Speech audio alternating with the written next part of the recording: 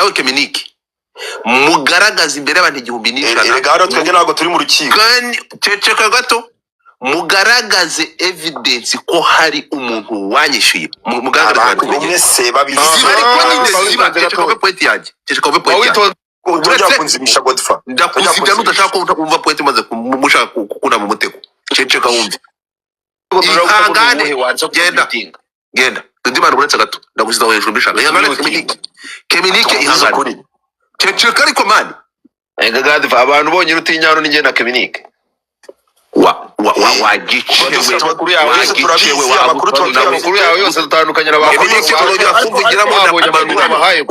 ikibazo tumanuka uretse gato Didimani ntabwo nshaka kumanura twumvikane ntimukaze kuzana ibihuha ngo nimurangiza mu nzibiranye ntimutume umuntu avuga Didimani garagaza uretse gato ceceka gato ninge wivuge ceceka gato shut the fuck up and listen to me unyumva twumvikane iyi niko bimeze ntimukaze ninge wivuge ko wavuye kuri Club House erega ceceka nyine ziba wumve ziba garagaza urimo kunyumva garagaza ibimenyetso bya payment ko nishyuwe urimo kunyumva ceceka ariko se wumve nubigaragaza hari imbere y'aba bantu I will give you $5,000 $5,000 se Godfather uretse wenda kushaka kuba yafite kubera ko ahangaha n'ubundi imisorangiro benefit ingeza ku 1000 sheri urumva uretse ko ushobora no kuza kuyagaragaza imbere y'aba bantu mfite abantu hano nibyo 5,000 babi mu busa urumva ariko banza witonde banza ugarure Keminike ubundi ndakubwiye ngo fata imbere y'abantu 1,200 baraha garagaza ikimenyetso kimwe turi kumwe banza ugarure Keminike nugaragaza icyo kimenyetso ntabwo nkeneye ko muvugiramo muceceke ntabwo ibyo bintu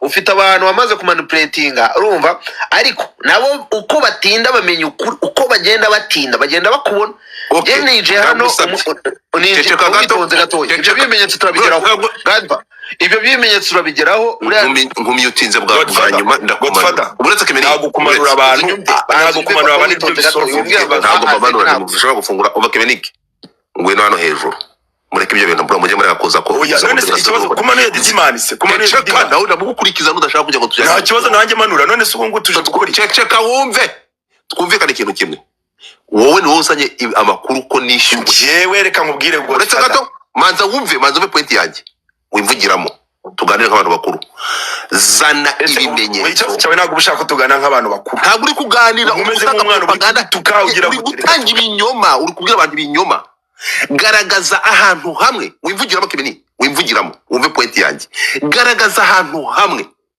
urimo kunyumva ibintu ntabwo rwa mbere bivuze urimo kunyumva ibintu byo kuza mukaza hano mugafata ibintu mukabirunda ku muntu garagaza ahantu hamwe ndi kwishyura nkuko utari rwa mbere bivuze warangiza ngo ndi igifura reka nkubwire warangiza ukabigira burage ngo ndi igifura reka mbikubwire ngewe n'ubundi iyi mihanda ya TikTok si yanjye ngewe mba nje kuvugira uko ibintu ntabwo ari yawe urazanga ufite 2020 reka abantu mutabonye zino video ngiye kuvuga kabisa munyandikiye kuri WhatsApp yanjye ubundi nze bahereze WhatsApp uri kubona kuri screen yawe abantu mutabonye video y'uyu murundi kazi abantu mutabonye video y'umuramyi abantu mutabonye video za Baritazari abantu mutabonye video za Emeline abantu mutabonye video y'uyu nguyu yitwa Jihana abantu mutabonye video ya Diane kabisa ewan izo video zose ndazifite abantu mutabonye video y'uriya mu ministeri w'urubyiruko muri Uganda umva n'izindi video nyine munzi z'abastari nk'uyu murundi kazi nawe no video y'ideri gihanze vuba uyu nguyu uri kubona na video irahari ewan izo video rwose mvuze nimba utarazibonye nyandikira kuri 07793417 ubundi nziguhereze tu ubundi ukande subscribe ubundi turye shoretse go duhurire kuri WhatsApp kabisundi ngutemo manza wumve twumvikane dusubire okay ufite WhatsApp yanjye uretse gato ceceka twagiye reka njye ntange factory ceceka ariko ceceka maze uratanga evidence sibyo utange fact tuzewe ntabwo hano ndi mu rukiko ngereka nkubwira uko ibintu bimeze then shut the fuck up ibintu bimeze iki stuff tumenye ariko ibiga winshikisha reka nkubwire amambere hano nta muntu nyingi imboga iwe hari kuri Twitter mbere na mbere wabanje uzengereza umuntu bita Mutesi Jolly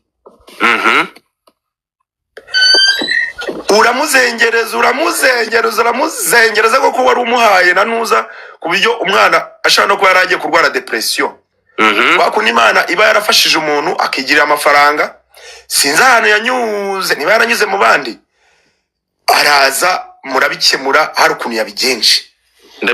Okay. Inshuro ya kabiri urongera ujya kwa Melody. Melody uramuzengereza. Ngewe I can give you a fact zuko babyo ngibyo ni ibya nyuma bya mu bya mbere. Reka nze nkubwire rero, babarira ntumvugiremo. Please ndagusabye. Rero ikibazo cya wari ubaye. Iyo bahe modereta mu meeting ndamwifitiye iyo. Sinari ku meeting ubundi. Naba modereta kuko uri kumvise zinjije ngo nizaba modereta ziri ku meeting ari. Wibatuka genda gake. Tugenda gatoya rero unyuve Keminike. Iyo ushaka kuvuga ngo nje nawe nje nyiri bikorwa nawe wewe wabikurikiranaga nanjye wabikoraga ninde ubizi intacyo nigeze mbona mu bwisho cece kwimvugiramo ndaza nguhomba turakuzi wafashe umwanya wawe uravuga mu buryo burambuye sibyo watumye mvuga se cece rero wumve version ya nyayo cece watumye mvuga ngaho mutinga urakoze cyane ndongere kumyitingura nta kintu ngenda nkora mu bwisho kana kimwe ibintu byanjye byose babiri ku mugaragaro uriya mwana w'umukobwa nibo nabyibuka uribuka mumbwira ngo ni Musabe imbabazi urabyibuka abantu bose bavuga ngo ni Musabe imbabazi bambwiye ngo Musabe imbabazi byagenze gute Dekeza napfuye nawe iki do you remember urabyibuka ariko wazanye Didimani hano so here's the thing ufunga mic yawe igihe cyose udashobora kuba umunyakuri muri wowe Keminike wowe udashobotse usiba Twitter nka zitanu ku munsi ngewe ntabwo ngiye guhangana nawe rega ntabwo ndakubaza uretse gato ndakubaza wowe nakubwiye ngo garagaza screenshot nishyurwa na ba Bruce Melody ntabwo ntabwo hari bitanu by'amadolari garagaza screenshot okay ntabwo ndi mu rukiko izo screenshot rero urimo kunyumva ntabwo urukiko ni nkuko natwe batwishyura ni nkuko byicura na bandi aho ngaho reka nzikubwire ntega amatwi ntandukanya nawe ndabikubwira ntabwo ntega amatwi Keminike ndari gusobanurira ntandukanya nawe ntabwo ibintu bikora kugira ngo muri cyo gushyira mu nda nkuko bikora reka maze nshyira statement reka naje gusanga muri bitangaza mushobora gukora ikinyoma mukagitunganya kigahinduka ukuri ntabwo nzabemerera umunsi ni byiza ko ari ibintu biba binagaragara umunsi kugira ngo mvugane n'uriya mwana w'umukobwa bwa mbere mvugane nawe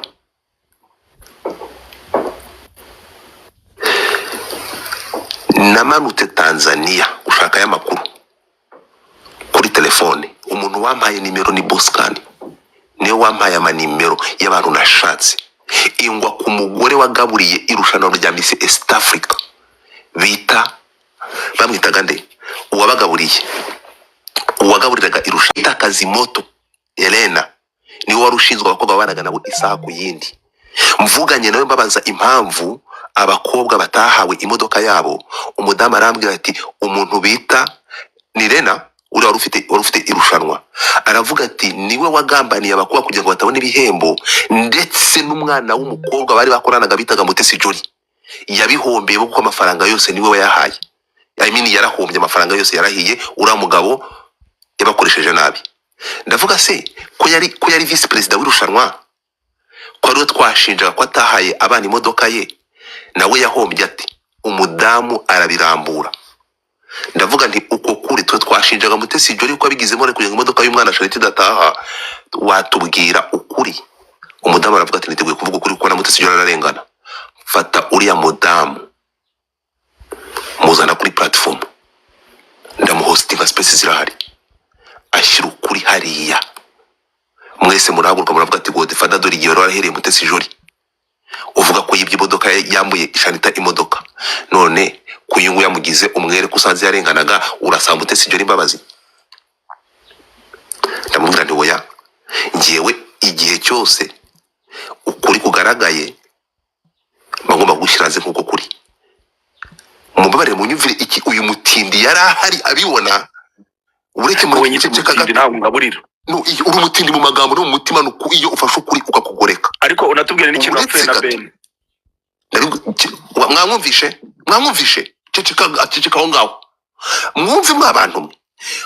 Ako kanya Mutesi Jolly nibwo yadusanze kuri space, aradutungura asaba kuzamuka. Aravuga ati nari nzi ko kumvuga wabikwanaga umutima mubi, ariko washaka gukuri. Niba ushobora kuzana uyu nguyu akavuga ukuri, ndatekereza ko inzira nziza yatuma uyu mwana abona ubutabera. Nkanjye muntu wari ubirimo, nuko twafatanye urugendo. Mutesi Jolly nguko twafatanije, akora n'ibishoboka, amafaranga y'umwana w'umushahara arayamwishyura, barayatanga araboneka. Ibyo imodoka bijya muri process. Ntabwo nshaka kurengaho, nguko uko navuganye n'ura mukobwa. Urumva we Kemenike? Nguko uko navuganye nawe, ni ibintu biri recorded bidara ku space. Afata Shanita, duhamagara conference call, bavuga ko bagiye kujya muri process. Process zirakurikizwa. Uramwana yishwe n'amafaranga ye makeya. Urumva kunyumva? So iyo uje rero hano nk'umuntu nari nzi baguturamye hariya, uturamye, dore ko iyo mwaga mumaze kuba twadukaziye twanyu kandi mwaga mufite gukora kazi hari zo tuguriraga. Waje icyo ikindi warubwiye ngo ni cyane. Ugiye kumbwira ukuntu wiyunze na Melody, utubwira ukuntu reka mbigusobanurire. Wiyunze na Melody ute, ushwana na Ben ute? Reka mbigusobanurire. Ku buryo tugera no muri za management zabo tugasanga hari ibintu kubera ko hari ibintu batubahirije runaka bikarangira ushwanye n'umuntu. Reka urabaza gutata, wavuze ko screenshot ntabwo screenshot z'iki none se icyambere ntabwo njye decoding abantu mwana, njye sinjye decoding. Tega amatwi, icyambere gishyizeho umucyo, urukumva? Reka n'icya kabiri nkikubwire kuko njye nta kintu. Ariko kira cyambere nacyo ntago banyuzwa abantu. Reka nakubwiye nta munsi n'umwe kinyoma gishobora gufata intebe, azronga ngiyewe ibintu byanjye bibera ku mugaragaro. Nuko byagenze kandi nawe urabizi. Sinzi objectif na papa waba ufite, but you know the truth. Nta papa simfite, ahubwo ndimo ngo dushyire ibintu ku murongo. Reka ngusubize icyo ngicyo ubajije rero. Yego, kangusubize kuri icyo ngicyo nibwo muruze kumenya ngo dufate ubundi kandi ntabwo njye nihisha mari. Ariko umbwira utantu uwo ni wenje. Yego, azronga icyambere nuko byagenze kandi abantu bari bahari murabizi. Abantu bagiye muri comment babikubwira ko ariko byagenze. Ntabwo njye nyuri ruhande bro. Abo bantu ntabwo babizi, ntabwo babizi ko tubizi. Soberanye mango sobanura kuri icyo kintu. Babizi nkuko tubizi. Uziki uretse kuba ibintu byinshi buriya. Reka buriya usibyo ibintu ntajya kwivanga akazi kare tukavuga igiti wakagaruka ibintu banza mumbese ibintu nta kwivanga byano kuri TikTok. Wavuze ko ufite screenshot, yega amatwi. Wavuze ko ufite screenshot, ariko byari kwitaho ntabwo wabindusha. Yega amatwi, wavuze ko ufite screenshot. Amasezerano bajya gukora uko byagendaga byose turabizi. Wavuze ko ufite screenshot ndi kwishyurwa. Ntabwo nakubwiye ko ufite screenshot, nakubwiye sinjye recording njye ntabwo ubwo ndakugira. Oke ngaho rekera aho ngaho rero. Rekera aho ngaho ntabwo ari impangara ngo uhangare. Warumbajije ikindi ngo cya Melody ngo niyunze na Melody. Nakubajije wiyunze na Melody ute, byagenze bite? Ibyo kuvuga ngo wasanze wanamurenganyaga washwanye na Ben. Ceceka rero. Ceceka. Aho umuntu yari nkora mutima yawe agahinduka umwanzi wawe. Aha. Urumva ko ariko rero kana Kemenike ko nzi ko warangije ishuri wagira ko educated. Gerega nimo ndakubwira ibintu you are acting like educated idiot. Ndagusobanurira impamvu. Who are you kwinjira mu mutima w'umuntu ukamenya kundi yabaye mwanzi? Karavuga ngo Kemenike ntacyo afite cyo kuvuga kahambira. Ndakubaza gato, ushingira kuki wifata ukavuga ko umuntu yangundi? Ntabwo ibyo mbisi, ariko ukamenya ko nanga Deben ukabimenya. We waramwanze biragaragara.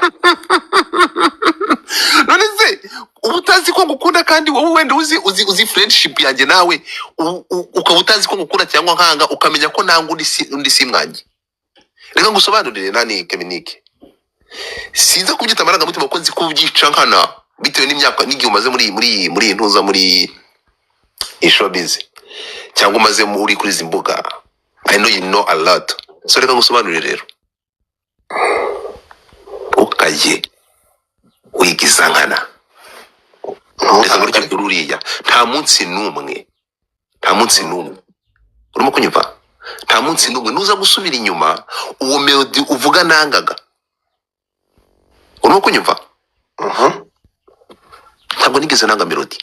Nta munsi numwe ntacuranze indirimbo ze urabizi. Nta munsi numwe. Mwicyo gihe mwavuga ngo ndamwanga ngo nkunda The Ben. If you remember, ndi mu bantu murabizi ko muvuga ibi gusa, ntimushaka kuvuga ibyiza. Ndi mu bantu bahagurutse. Ndibuka njya kuri live na Bruce Melody yari yakoze kuri Instagram. Urimo kumva? Naramubwiye nti what I have to do. Igihe yansereza akamanura akavuga ati ndakwishiye kuko nanjye wamanuye kuri Twitter. Do you remember? Iyo saga ndayizi. Urabyibuka? Naramubwiye naramutwara avuganye hariya ndavuga nti ibyo icyaba cyose remember ko uri muri tour muri Amerika, kigali muri Amerika. Urimo kunyumva? Mwese mwaruciye murarumira. Ndavuga nti ndavangaha ikindaje inshinga no kujya gupromotinga ibitaramo ufite muri Amerika kuko uteruye idarapo ry'igihugu. Navuye aho ngaho mu gusererezanya amanura ndagenda nakoze ibyo namusezeranije. Ni mu bantu ba promotinze tuwaza Bruce Melody muri Amerika. Niba ubyibuka. Sinzi kubyumva. Nicyo gihe mwavuga ko mwanga. Njya kuri panel tukaganira tugatera braga kamanura. Kugira ngo promoting byagenze bite rero. Uretse gato genda gake. Kuko ntago umuntu mutacanaga waka wahituza wowe ngo itutangira gupromoting ibintu. Noneho uri mu banyabwenge. Burareka mubwire kimwe mu kintu nkuzi uri umunyabwenge. Uretse gato ufite ukuntu ibintu byinjiramo umuntu akazashiduka akunze umuntu gateka. Mubabarire icyo gihe ndakubaza nuza gukurikirana. Icyo gihe Melody yari yakagiye i Burundi, ntabwo yari yakagiye i Burundi. Niba ubyibuka. Kiriya gihe yari yaravuye i Burundi. Yari yaravuye i Burundi. Yego. I Burundi byagenze bite? Mu bijyanye n'iki se? Mu bijyanye na Papa, mu bijyanye nawe uko mwavuganaga, mu bijyanye na promotion, mu bijyanye n'iki? Umva ngusobanurira ikintu kimwe. Turi kumwe? Igihe cyose wavuze ko kwanza umaze unahindura statement nta muntu wanga undi. Ntabwo wowe ufite ubushobozi bwo kudetermina ko umuntu yanga undi, ntabwo ari byo. Uba wibeshye. First of all, bara nabahanzi. Aha niho biva. Bara nabahanzi. Reka nkubaze ikintu kimwe. Ko muvuga ko nangaga umwe ngakunda undi. Urukunyumva?